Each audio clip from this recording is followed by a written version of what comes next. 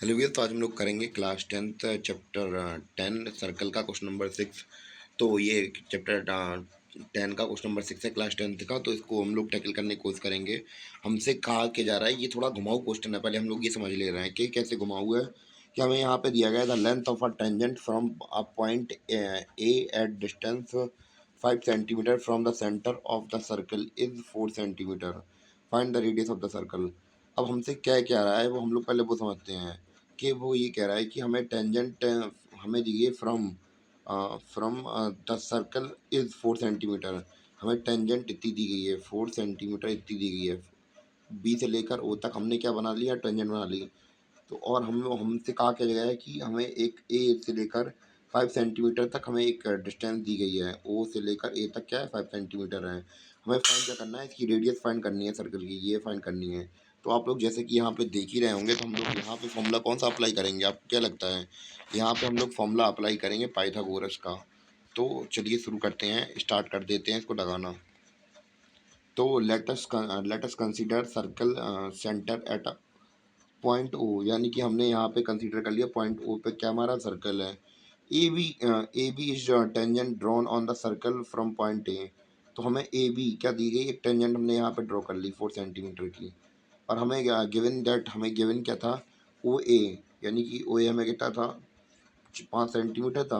और A B कितना था, 4 सेंटीमीटर। हमें जो पता था हमने अपना वो कर लिया अपना। और आगे बढ़ते हैं अब सवाल के, यहाँ पे डबल पार पॉइंट हो गया।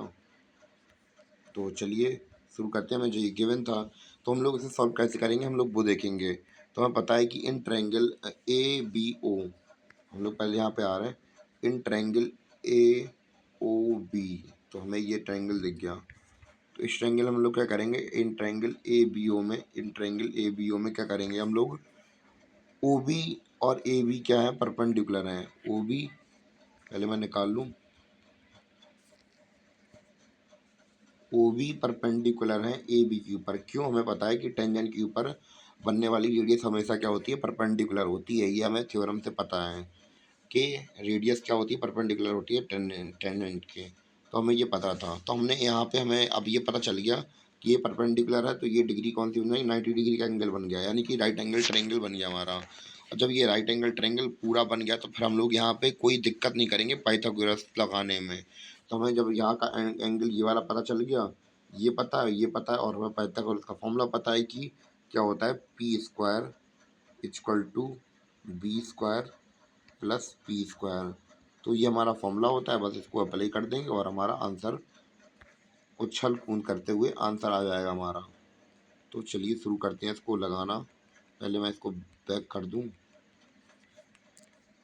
तो हम लोग जब यहाँ पे पाइथागोरस थ्योरम लगाई, तो हमने A B square plus B O square equal to A square.